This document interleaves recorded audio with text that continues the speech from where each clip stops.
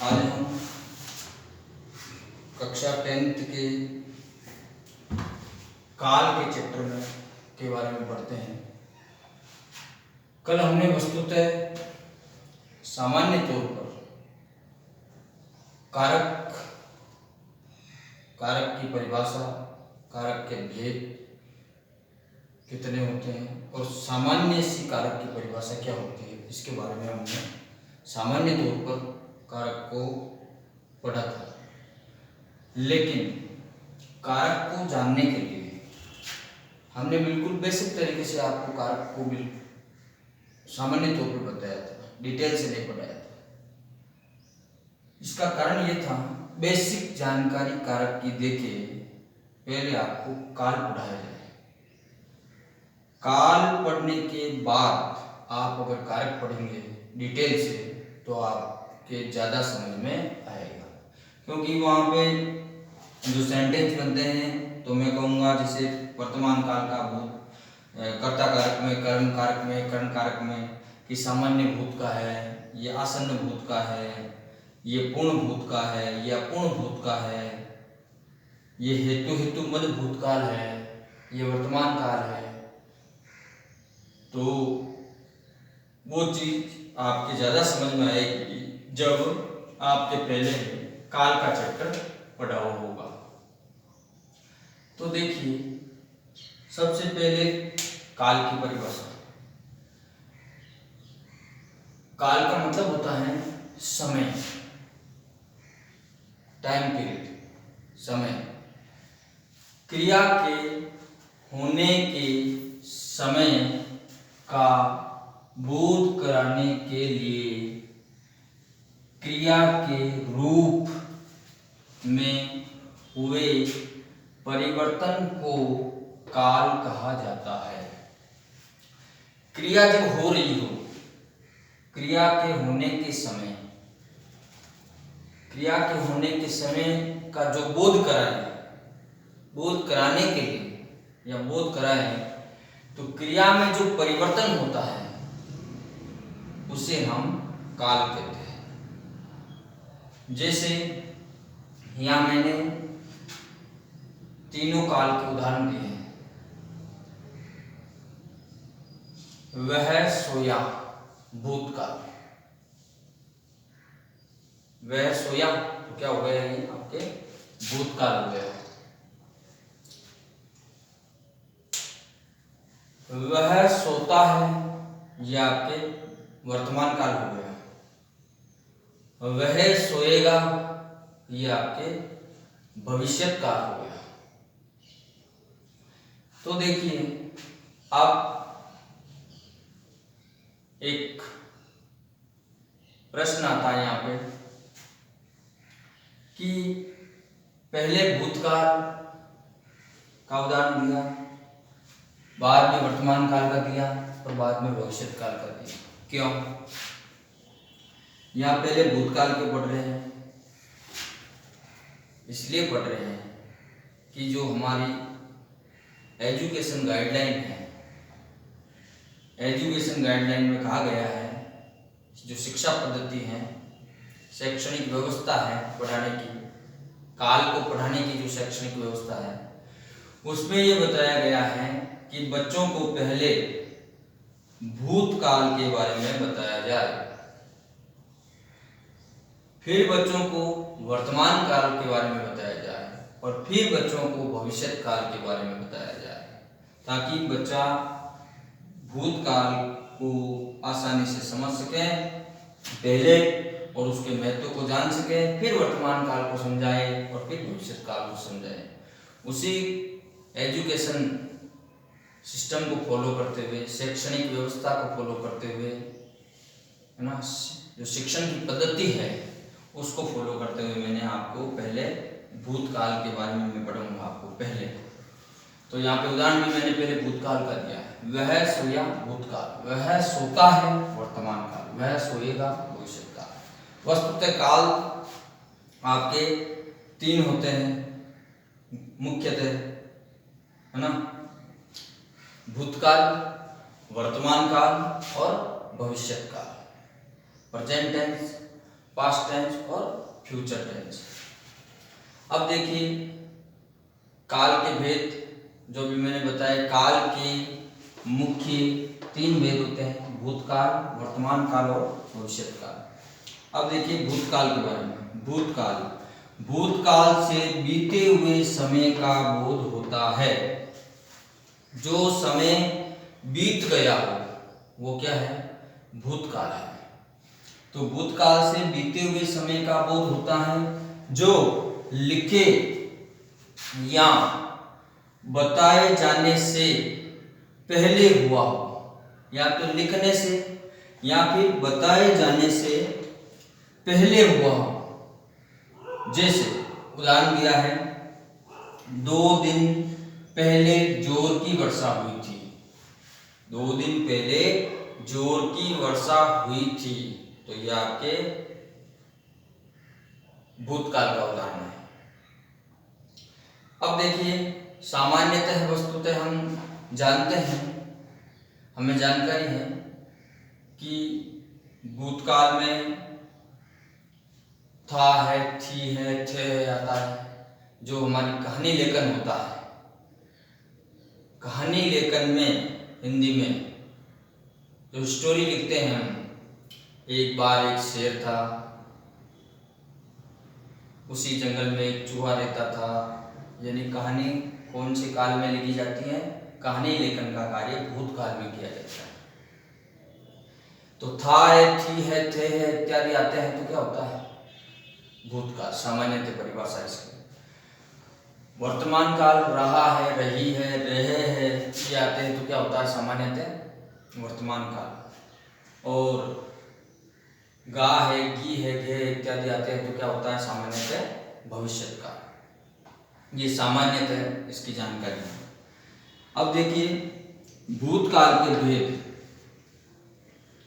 भूतकाल के भेद में भूतकाल के 6 भेद होते हैं, 6 भेद होते हैं, 6 भेद होते हैं भूतकाल के। कौन कौन से होते हैं? पहले, सबसे पहले आपको नाम याद रखना पड़ेगा, फिर इसकी डिटेल में जाएंगे। पहला होता है सामान्य भूतकाल, दूसरा होता है आसन्न भूत, तीसरा होता है पूर्ण भूत, चौथा होता है अपूर्ण भूत, पांचवा होता है आपके संदिग्ध भूत, और छठा होता है आपके हेतु मद भूत। तो इस प्रकार सबसे पहले काल की डेफिनेशन, काल के बारे में मुख्य जानकारी। 3 भेद होते हैं, भूतकाल किसे कहते हैं और भूतकाल के कितने भेद होते हैं, इनके नाम अपने को याद होने चाहिए। अब एक बार सामान्यतः इनके बारे में अपन एक चर्चा कर लेते हैं। जैसे जो फर्स्ट नंबर होता है कि भूतकाल, भूतकाल में आपके सामान्य जो भूत होता है उसके बारे में सामान्य जानकारी प्राप्त करते हैं कि सामान्य भूत, इससे क्रिया के बीते हुए समय में होने का तो बोध होता है, परंतु यह ज्ञात नहीं होता कि कार्य कब समाप्त हुआ है। बीते हुए समय का बोध तो होता है, लेकिन यह पता नहीं चलता, यह ज्ञात नहीं होता कि काम कब हुआ है, कार्य कब समाप्त हुआ है। अतः सामान्य भूत में कार्य के समय का बोध कराने के लिए समय सूचक शब्दों का प्रयोग करना होता है। जो समय सूचक, समय को बताने वाले शब्द होते हैं, इस प्रकार के शब्दों का प्रयोग करना होता है। जैसे मैं आपको उदाहरण बता रहा हूं सामान्य तौर पर, विनय घर गया, मैंने खाना खाया। तीसरा उदाहरण है वह कल यहाँ आए थे, वह कल यहाँ आए थे। तो कल क्या करा रहा है आपको? समय सूचक शब्दों का प्रयोग करा रहा है, समय सूचक शब्द का प्रयोग कर रहा है। कल, वह कल यहाँ आए थे। उसने पिछले वर्ष परीक्षा दी, उसने पिछले वर्ष परीक्षा दी। तो पिछले वर्ष क्या हो गया आपके? ये समय सूचक शब्द का बोध करा रहा है। तो ये हुआ आपके सामान्य भूत। अब देखिए हम इसके बारे में लिख करके चर्चा करते हैं। धन्यवाद।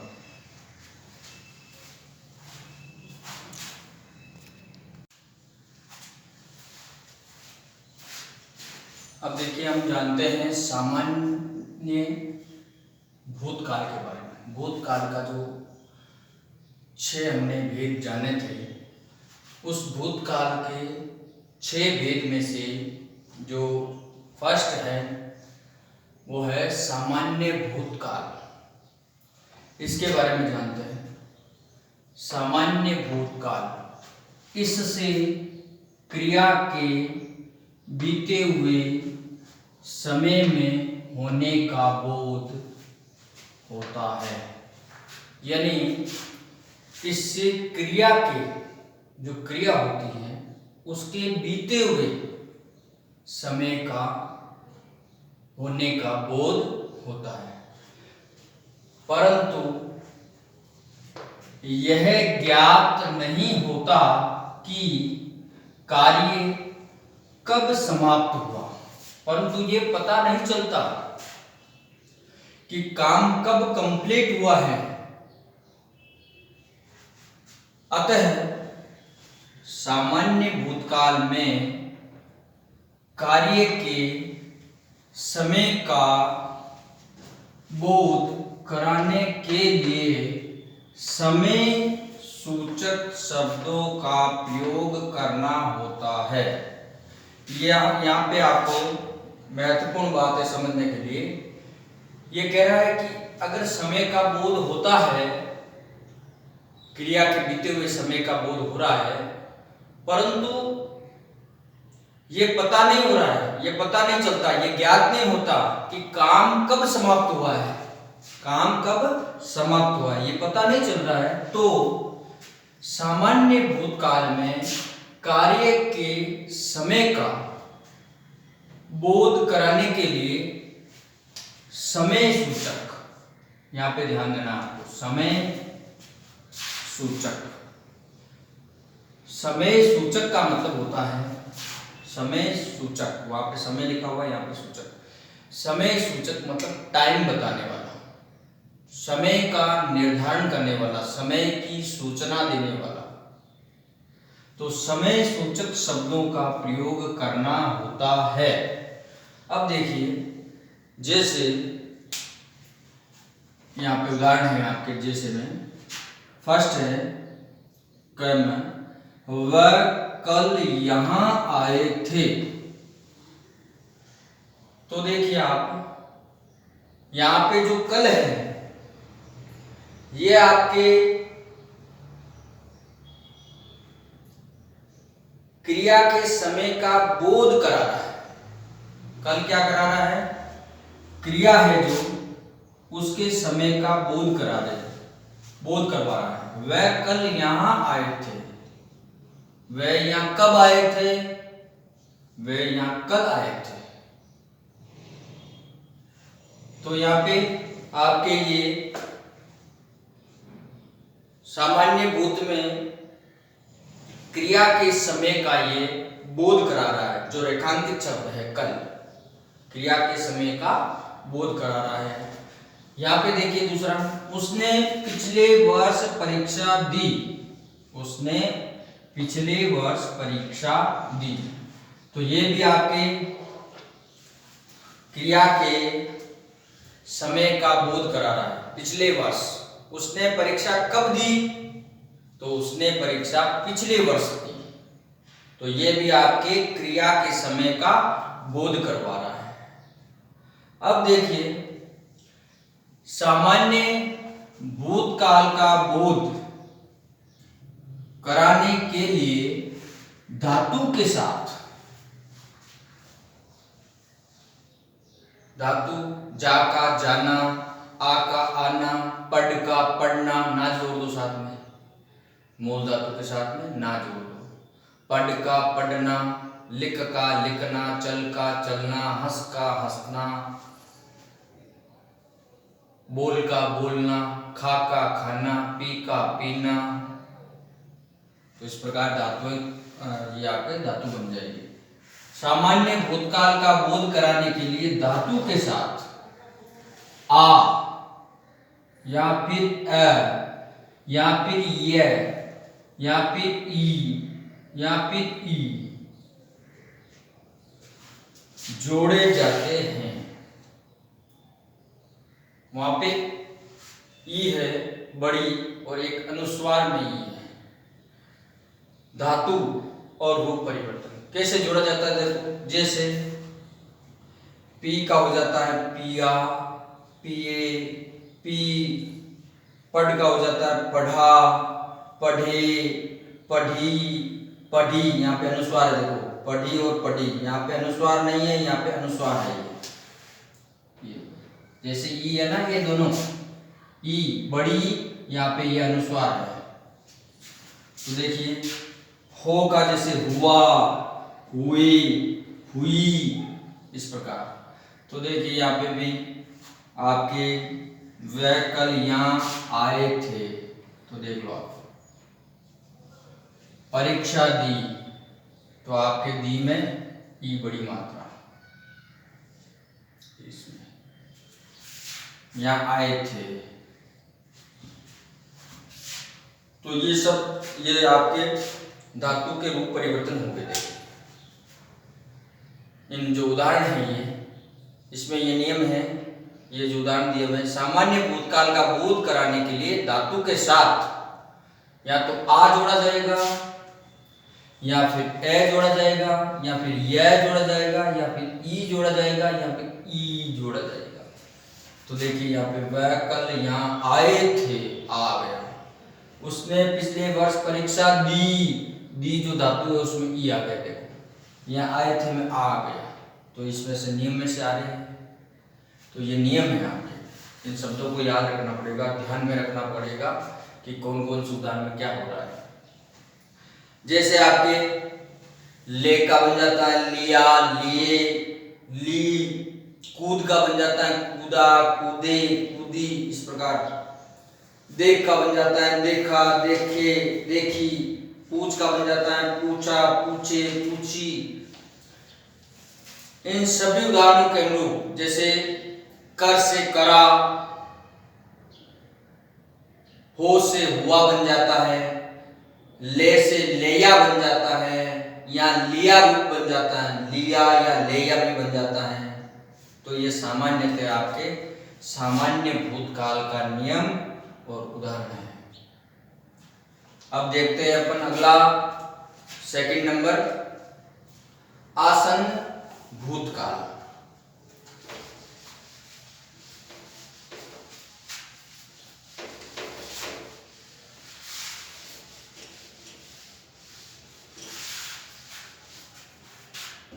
तो आसन्न भूतकाल में देखिए आप,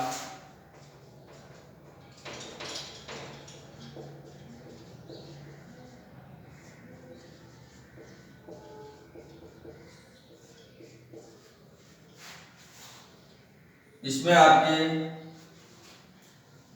जो काम भूतकाल में प्रारंभ हुआ था,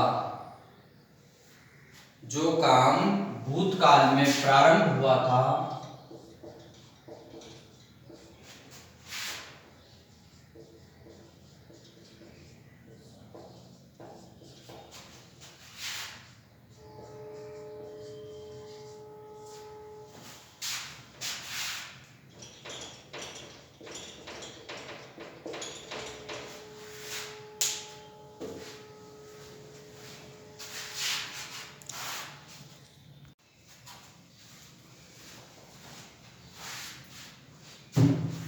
अब हम लेते हैं आसन्न भूत। फर्स्ट हमने पढ़ा था सामान्य भूत, सेकंड हम पढ़ेंगे भूतकाल का आसन्न भूत। आसन्न भूत में देखिए आप, जो काम भूतकाल से प्रारंभ हुआ था वह वर्तमान काल में अभी अभी समाप्त हुआ है। यानी जो काम भूतकाल से हमने प्रारंभ किया था, प्रारंभ हुआ था, वह वर्तमान काल में, प्रेजेंट टाइम में अभी अभी समाप्त हुआ है। जैसे उदाहरण है, वह अभी आए हैं। तो ये काम भूतकाल से तो प्रारंभ हुआ, लेकिन अभी अभी वर्तमान काल में ये समाप्त हुआ है। वह अभी आए हैं। देखिए दूसरा उदाहरण, बच्चा सो गया है। भूतकाल से काम शुरू हुआ, लेकिन अभी अभी वो पूरा हुआ है। बच्चा सो गया है। वृक्ष गिर गया है, ये वर्तमान काल में अभी अभी समाप्त हुआ है। वृक्ष गिर गया है। तो ये तीनों उदाहरण हैं आसन भूतकाल के। विशेष एक नियम है इसमें, जिसको नोट कह सकते हो या विशेष, हिंदी में जिसको कहते हैं विशेष। आसन भूतकाल में समय सूचक, यानी समय का बोध कराने वाले, आसन भूतकाल में समय सूचक शब्दों का प्रयोग नहीं करना चाहिए। समय सूचक शब्दों का प्रयोग इस काल में, आसन भूतकाल में नहीं होगा। तो किसमें होगा समय सूचक शब्दों का प्रयोग? सामान्य भूतकाल में होगा। इससे पहले जो हमने पढ़ा उसमें समय सूचक शब्दों का प्रयोग करना होता है, और आसन्न भूतकाल में नंबर 2 में एक नियम बना दिया, विशेष लिखा है मैंने, कि इसमें आपके समय सूचक शब्दों का प्रयोग वर्जित है, मना है, प्रयोग नहीं करना है, नहीं करना चाहिए। जैसे उदाहरण है, वह पिछले सप्ताह गांव आया है।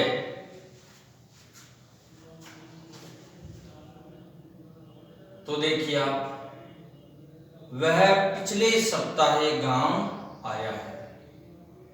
तो यहाँ पे समय सूचक शब्दों का प्रयोग इस काल में, आसन भूतकाल में वर्जित है, नहीं करना चाहिए। विद्यालय घंटे भर पहले बंद हुआ है। यहाँ पे भी देखिए आपकी ये जो विशेष लिखा हुआ है, समय सूचक शब्दों का प्रयोग यहाँ पे नहीं करना चाहिए, क्योंकि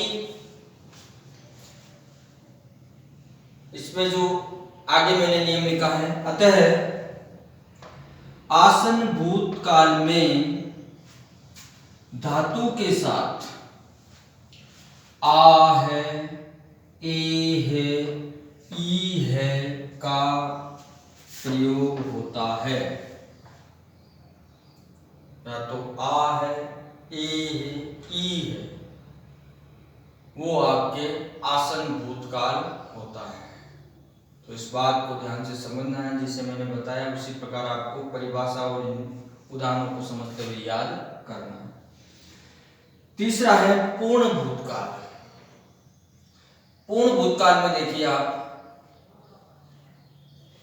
कार्य बहुत पहले पूर्ण हो चुका हो, इससे ये ज्ञात होता है पूर्ण भूत। नाम ही क्या है इसका? पूर्ण भूतकाल। यानी जो काम, इससे ये ज्ञात होता है, इससे ये पता चलता है कि कोई भी कार्य बहुत पहले पूर्ण यानी समाप्त हो चुका है। जैसे उदाहरण, व्यास जी ने महाभारत रचा था। वेद व्यास जी, वेद व्यास जी ने महाभारत लिखा था, और संस्कृत रामायण महर्षि वाल्मीकि ने लिखा था, और हिंदी रामायण, हिंदी में रामचरितमानस हिंदी भाषा में गोस्वामी तुलसीदास जी ने लिखा था, और संस्कृत रामायण महर्षि वाल्मीकि ने भगवान राम के जन्म होने के 24,000 वर्ष पहले ही संस्कृत भाषा में रामायण महर्षि वाल्मीकि ने लिखी थी। जैसे आपके छोटी क्लासों में आपने 7th में वो पाठ था आपके रत्नाकर डाकू वाला, रत्नाकर नाम के डाकू थे। तो ये भी हमें पता होना चाहिए महाभारत किसने लिखी थी, रामायण किसने लिखी थी, है ना। तो वेद व्यास जी ने महाभारत रचा था, तुलसीदास जी ने रामचरितमानस रचा था, महर्षि वाल्मीकि जी ने रामायण, संस्कृत रामायण रचा था, लिखा था। दूसरा उदाहरण है, वर्षा न होने से खेती सूख गई थी।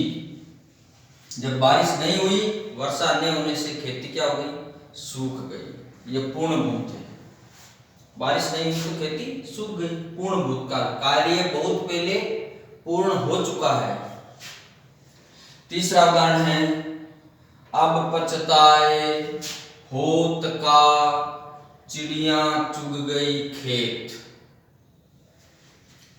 अब पछताने से कुछ भी होने वाला नहीं है, क्योंकि खेत को कौन चुग के चली गई है, चिड़िया। तो चिड़िया चुग गई खेत, यानी इस कहावत का मतलब होता है कि अब पछताने से कुछ भी नहीं होगा, क्योंकि जो समय हमारे पास था वो निकल चुका है। समय बड़ा बलवान होता है, समय में बहुत ताकत होती है। समय इव बला बलम, समय बहुत बलवान होता है। समय निकलने के बाद कभी भी वापस नहीं आता है। इसलिए आपको भी समय का ध्यान रखते हुए बहुत अच्छी तरीके से पढ़ाई करना है, अपने समय का सदुपयोग करना है।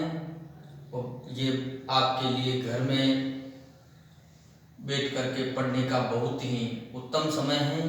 तो अधिक से अधिक आप पढ़ाई करें, ताकि जो अगली क्लास है आपकी, जिस क्लास में भी आप बैठने वाले हैं, 8th के है तो 9th में, 9th वाले हैं तो 10th में, तो उनके लिए ये सर्वश्रेष्ठ समय है कि घर पे वो पूरा समय है आपके पास अध्ययन करने का। तो सारे सब्जेक्ट जो सिलेबस में हैं उनको पहले से ही आप रिवीजन कर लें, ताकि आप स्कूल में आए तो यहाँ से पहले समझा हुआ, और फिर आपके या फिर क्लास में, स्कूल में जो समझेंगे उससे आपके लिए बहुत अच्छा हो जाएगा, बिल्कुल सरल हो जाएगा और ज़्यादा बातें समझ में आएगी। धन्यवाद।